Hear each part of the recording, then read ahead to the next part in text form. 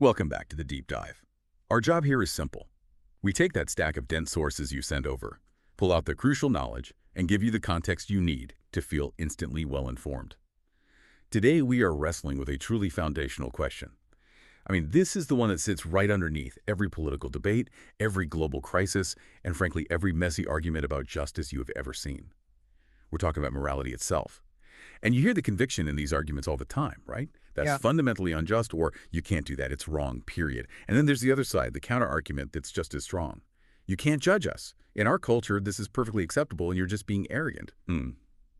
So the core tension we're diving into is this. Is there an objective right and wrong? Is there a moral standard that's valid for all people in all times and places? Or is morality entirely relative, just a matter of, cultural consensus, individual choice, or even just historical accident? It's such an explosive topic because, well, people's moral certainty is one of the most powerful forces in human experience. Some people feel this absolute, almost physical conviction that certain things are just wrong no matter what anyone thinks. They're anchored to something universal. Exactly. But then on the flip side, you have the relativists. They look at the sheer diversity of history and geography, and they just assert, look, morality is a human invention. They see it as a kind of social technology that's unique to each culture. And for them, anyone claiming to have some kind of universal truth is, well, they're not just wrong, they're dangerous, arrogant, maybe even imperialistic. Right, so our mission today is to move past that simple back and forth. We're going to unpack the main positions, dig into the specific arguments for each side, and really analyze the problems you run into with the extreme views. And most importantly, we want to try and find a reasonable, defensible middle ground that you can actually use when you run into these questions in your own life. Okay, so let's unpack this. I think we have to start with the terminology because words like objective and relative can hide some massive differences in meaning. That's a crucial starting point, yeah. If we don't define the battleground clearly, we'll just spend the entire time talking past each other. So let's start with objective morality. When philosophers use that term, what they mean is that some moral truths are true independently of what any person or any society thinks or feels about them. So they exist outside of human opinion. Exactly. In the same way that gravity or, the speed of light exists outside of our opinions, it's a feature of reality. Okay, so the statement X is wrong would be true in the same way that the Earth orbits the sun is true. It's a fact about the world, not something we vote on. What's the classic example people use to make that point? The go-to example, and it's in all of our sources, is this. Torturing innocent children for fun is morally wrong.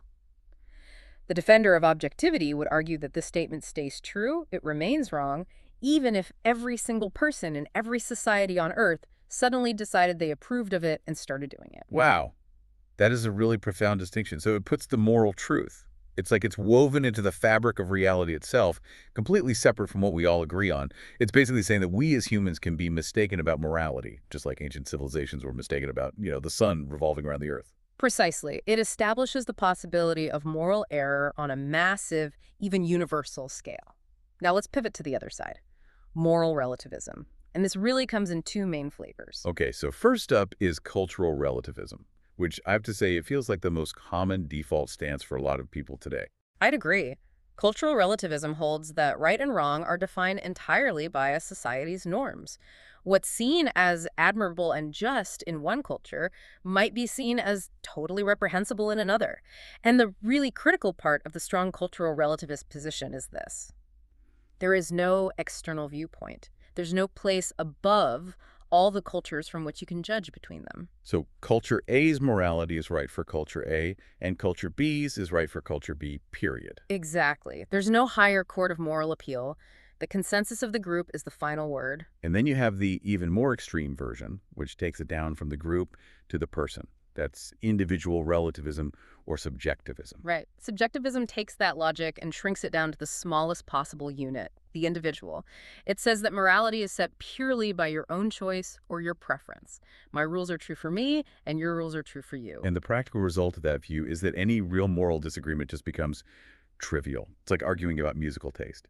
It is. The statement, "It's wrong to steal your wallet," suddenly has the same philosophical weight as, "I prefer classical music." It's just a statement of preference. And that feels really inadequate when you're dealing with, high-stakes issues. It does. And that's why most of the serious philosophical debate really happens between objectivity and these more nuanced middle positions. And this is where it gets really interesting. So these are the attempts to acknowledge the undeniable fact of cultural difference, but without falling into the logical traps of extreme relativism. Let's start with one called moral pluralism. Moral pluralism suggests that there are, in fact, objective values, these universal moral ideals like justice or respect or fairness. But, and this is the key, they can be expressed in radically diverse and sometimes even contradictory ways across different cultures. Okay, so give me an example. Let's take that objective value of justice. Sure, so imagine culture A is a very tight-knit collectivist society. For them, the ultimate goal is social harmony. So that objective value of justice might lead them to develop a system of what we'd call restorative justice. Right, so the focus is on reconciliation, repairing the harm, bringing the wrongdoer back into the community. Exactly. Now imagine culture B. It's highly individualistic. It values personal responsibility above all. Their understanding of that same objective value, justice, might lead them to a really strict, severe, retributive penal code. So an eye for an eye. The focus is on punishment and isolating the offender. Right. And the pluralist looks at this and says, both systems are genuinely rooted in that objective concept of justice, but the implementation, the actual rules, is plural. They're different. So you don't have to choose. You don't have to say justice is totally relative, but you also don't have to demand that every country adopt the exact same legal system. That nuance is absolutely vital. And there's another crucial middle position, which is moral constructivism. Okay, moral constructivism. That Right. sounds pretty abstract. Can you give us an analogy to make it a bit more concrete for us? Absolutely. Constructivism argues that moral truths aren't just out there in the universe waiting to be discovered, like the laws of physics, but they aren't arbitrary customs either. Think of it like a game, let's say chess. The rules of chess are constructed by humans, right? They weren't just floating in the ether. Right, we made them up. They're human invention. Exactly. However, once you agree on the definitions, what a knight can do, how a pawn moves, certain objective strategies and optimal moves necessarily follow from those rules.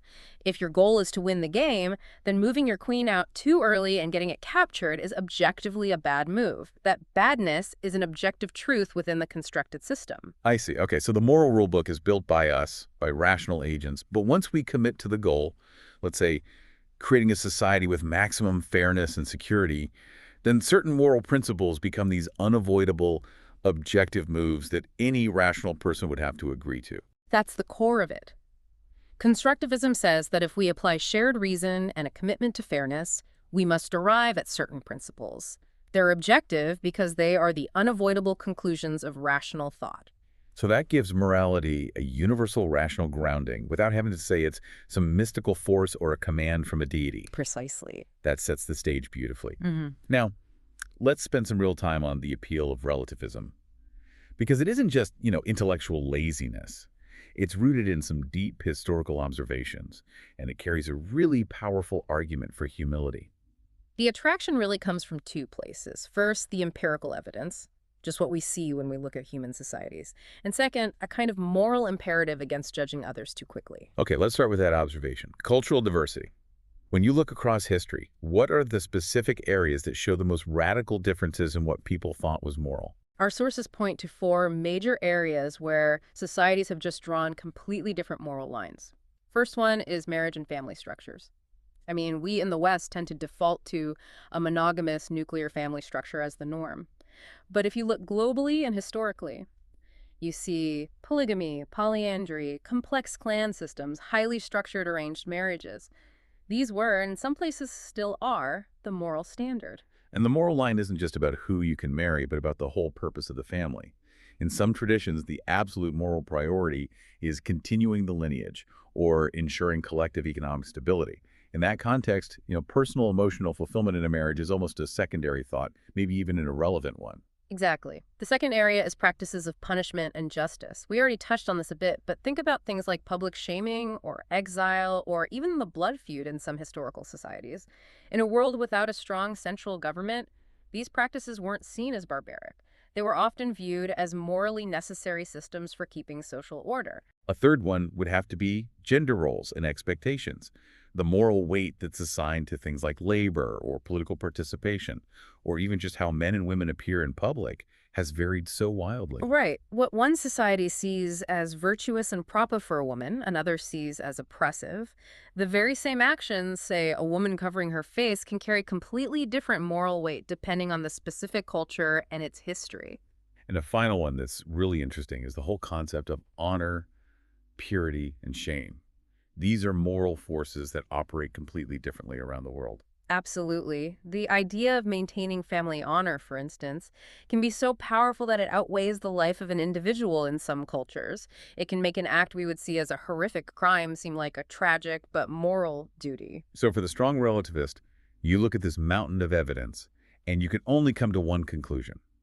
There is no single, obvious moral code that's just built into human nature.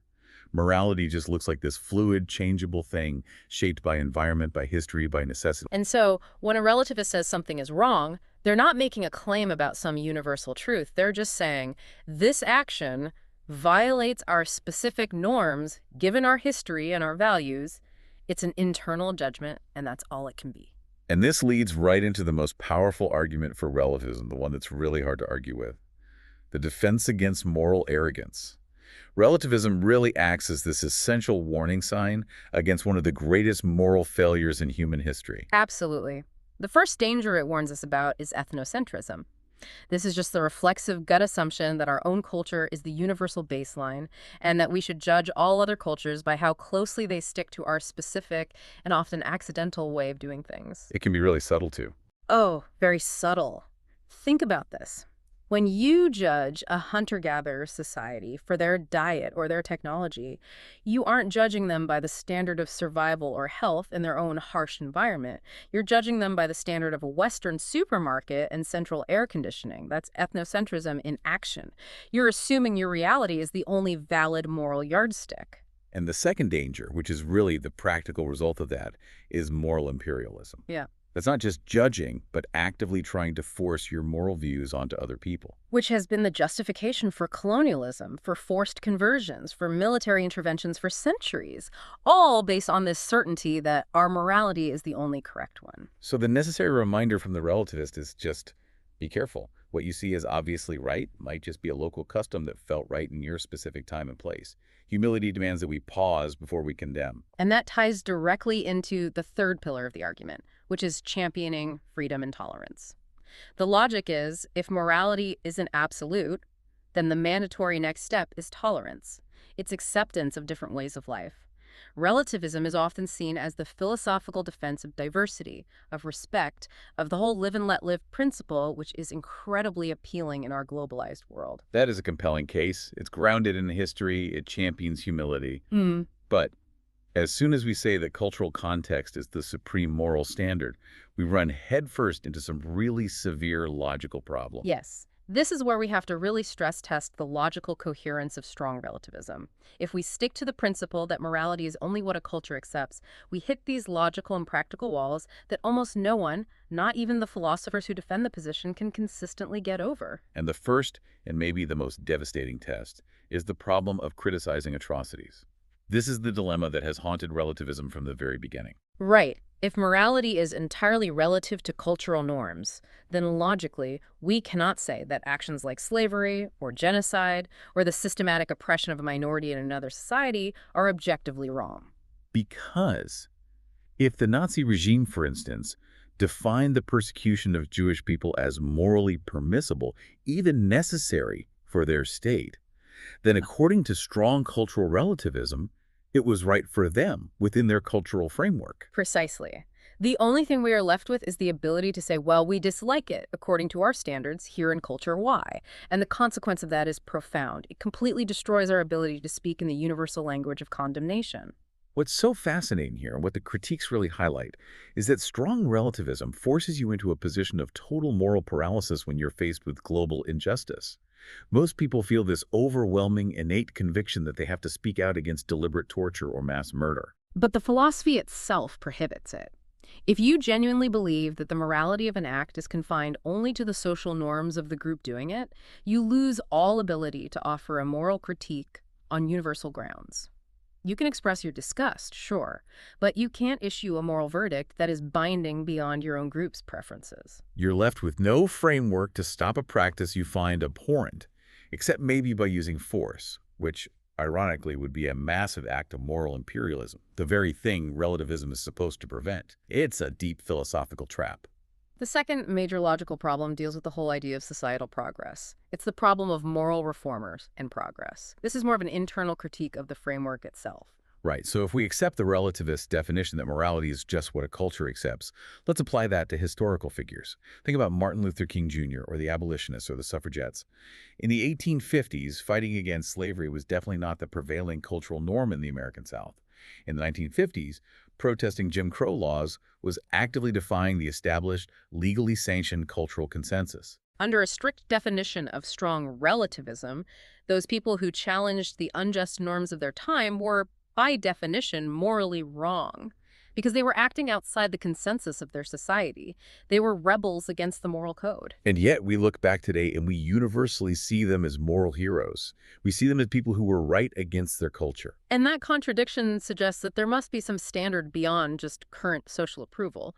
There has to be a possibility of objective moral truth that allows us to say the society was wrong and the reformer was right, even when that reformer was standing all alone. The implication there is massive.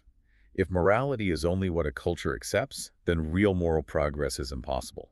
You can only have moral change, a substitution of one norm for another, but you can never have genuine improvement towards a better, more just state. And finally, let's just briefly look at the internal collapse that happens when we go to the most extreme version: personal relativism and societal chaos. This is the what's right for me is right for me idea. We lose any shared standard we need to resolve serious conflicts. Morality just becomes subjective preference. Exactly. Imagine a conflict. One person feels it's right to harm another for personal gain. The victim insists, well, for me, that's wrong. Individual relativism offers no way to resolve this. It can't say who is mistaken. It's just a clash of wills. It's not a moral dialogue. And our sources argue that this is just. It's completely inadequate for any system that's supposed to handle life and death, justice and rights. You have to have shared rules for a society to function. Otherwise, you just get chaos. So if strong relativism fails these tests of consistency and relevance, then we have to seriously look at the counterclaim, the case for objective morality. And the defense here doesn't have to be crude or religious. It can be anchored firmly in human reason. The core claim, just to restate it, is that some moral truths don't depend on any particular culture or individual, and defenders of this position often start by just pointing to a shared moral intuition, that gut feeling that seems to transcend context. The bedrock examples. The bedrock examples. It is wrong to torture innocent people for fun. Deliberate cruelty is bad. These statements evoke a conviction that feels universal. Even when we see a culture that approves of cruelty, we feel that they are fundamentally morally mistaken, not just different. And this feeling points to the first core argument for objectivity: moral experience.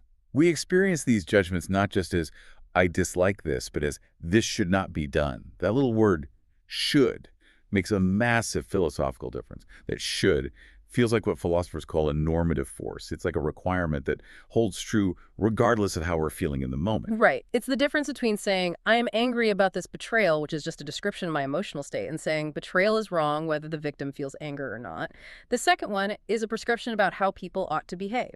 So that normative force suggests there's a moral reality out there that demands our recognition. It's not just about our feelings. Well, precisely. But the second, and for modern objectivists, a much stronger argument, is grounding morality in reasons we can share. And this is a totally non-mystical, purely rationalist grounding. This is critical because objectivity often gets mixed up with divine command. But the rationalist defense says morality can be grounded in things that any rational human being, regardless of their background or beliefs, has to recognize. Things like our shared human needs for well-being, for safety, for flourishing, and the universal requirement for fairness. Could you give us an analogy? Sure. Think about traffic laws. Is it an objective truth that we have to drive on the right side of the road or the left? No, of course not. That's just a convention. Right. But is it an objective truth that a society needs some fixed, reliable, known rule for driving in order to prevent chaos and death? Yes, absolutely. Objective morality, from this rationalist view, suggests that some moral rules are just like that necessary fixed rule. The details might vary, but the need for a non-arbitrary framework that respects human vulnerability. That's universal. And the intellectual engine behind this rationalist objectivity is the principle of consistency. Okay, so how does that principle work in the real world? The principle basically states this. If I claim that I have a reason to be protected from harm, then I have to logically accept that a similar person in a similar situation has a similar reason for the same protection.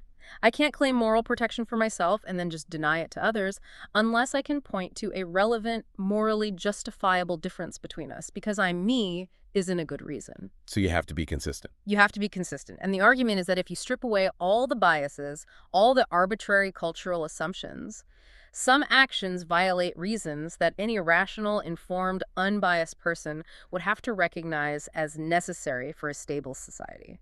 So the objectivity here doesn't come from some divine source. It comes from the logical requirement to be consistent. If a policy maximizes pain and destroys trust, it is objectively bad because it defeats the goal of rational people trying to live together securely. And that leads right into the third argument, the language of human rights. Modern human rights discourse, things like the Universal Declaration of Human Rights, it fundamentally assumes that every single human being deserves a certain level of respect and protection. Not just within one culture, but universally. It assumes inherent dignity. So if that universal language actually means something, if we can stand up and say these rights are being violated when we look at certain global situations, it implies that some universal moral claims must exist. Because if rights were truly relative, then criticizing systematic oppression just becomes an expression of a 21st century Western cultural preference. And the powerful claim of a rights violation loses all of its moral force. For the objectivist, the strength of human rights language is precisely its claim to universality, a claim that depends on there being objective moral boundaries that can be crossed. Okay, so if we accept that there might be objective moral truths, that immediately raises the next big question. Where do they come from? If they are independent of our minds, where exactly are they grounded? That is the essential question, and our sources really outline three major traditions that try to answer it. Let's start with the most historically common one, the theistic views, often called divine command theory. This is the idea that morality reflects the will, or the nature, or the direct command of God. Right and wrong are grounded in a divine reality that transcends our physical world, and that's what gives morality its authority and its universality. This grounding offers a lot of certainty and a very clear moral structure, but it also runs into a classic philosophical challenge known as the Euthyphro problem. Yes, a dilemma that Plato articulated centuries ago. Okay, let's walk through the Euthyphro problem slowly because it's a brilliant piece of logic that really forces a clarification. The question is this: is something good because God commands it, or does God command it because it is already good? Let's take that first option. Something is good simply because God commands it. Well, if that's true, then morality becomes arbitrary. If God were to command us to torture innocent people for fun, then by that definition, that would become good. This makes goodness just a matter of divine whim. We couldn't really say God is inherently good, only that God is powerful, and for many people that feels deeply wrong. That's the problem of arbitrariness. Yeah. It reduces morality to raw power. So what about the second option? God commands something because it's already good. Well, if that's the case, then goodness exists independently of God's will. God is simply recognizing an objective truth that exists separately. Which would imply that the moral law is somehow logically prior to God, or at least co-equal with God, which can really complicate a theology where God is supposed to be the ultimate source of all reality. It's a real challenge. It doesn't disprove theistic morality by any means, but it does demand a very nuanced theological answer. Okay, so moving away from the divine, let's look at the purely secular and rational answer, secular rationalist views. This grounding argues that morality is purely rational. It gets its objectivity from the requirements of reason, from human well-being, and from fairness, with no need for a divine source. This is the tradition of thinkers like Immanuel Kant. Right. So this tradition sees morality as objective because it follows from the basic features of what it means to be a rational agent with needs. It's not about arbitrary culture or taste. It's centered on the idea of human dignity. One of Kant's most famous principles is that we must treat people as ends in themselves, not merely as means. That's a profound idea, but how does that translate into a concrete modern example? To treat someone merely as a means is to use them like a tool to get what you want, without respecting their own intrinsic worth or their autonomy. A common modern example would be, say, befriending someone only to get access to their professional network. So you aren't valuing them as a person. You're just valuing their utility to you. You're using them. You're using their friendship as a means to an end. Kant says that's fundamentally wrong because rational beings have an intrinsic worth that has to be respected, regardless of how useful they are to us. And what about his other big principle, universalizability? Universalizability is the idea that you should only act according to principles that you could rationally want everyone to follow. So if I decide it's okay for me to lie to get ahead, I must logically be willing to accept a world where everyone lies constantly, including to me. And you probably can't rationally want that world because communication and trust would completely break down. Exactly. So lying is objectively wrong because it contradicts the very function of a rational society. It's an objective truth that you get to through logic itself. Okay, that brings us to the third answer, the naturalistic or human flourishing views. This one seems to ground objectivity more in empirical reality. That's right. This approach is less about abstract logic and more about observable reality. It argues that objective morality is about what actually helps humans and other beings to flourish. So the method here is to study human nature, study societies, and see what consistently leads to core human goods. Things like health, cooperation, stable relationships, trust, security. Right. The idea is if human nature objectively needs, say, trust and security in order to thrive, then practices that consistently build trust and security are objectively good, and practices that systematically destroy them are objectively bad. The implication there is really powerful. It suggests that some practices like extreme cruelty or constant betrayal or systematic deceit aren't just culturally disliked. They are objectively destructive to the core goods that humans need to flourish. They make a good life impossible. They corrode the very foundations of a secure society, and that makes them morally worse ways to live, objectively speaking. Okay, so we've looked at the extremes, we've seen the major flaws in strong relativism, and we've anchored objectivity in faith, in reason, and in human nature. Now we get to the synthesis. And this is probably the most useful part for you, the listener. How do we combine objective standards with the undeniable reality of cultural difference? I think the most essential takeaway here is that believing in objective morality does not mean you have to fall into a crude, simplistic absolutism. It doesn't mean there has to be a single, one-line rule for every single situation, or that all cultures has to look identical. This is where the power of moral pluralism comes back in. It lets us hold on to a core objective value while allowing for different legitimate ways of achieving it. So we can say with confidence that some values have objective force, things like honesty, fairness, avoiding needless suffering.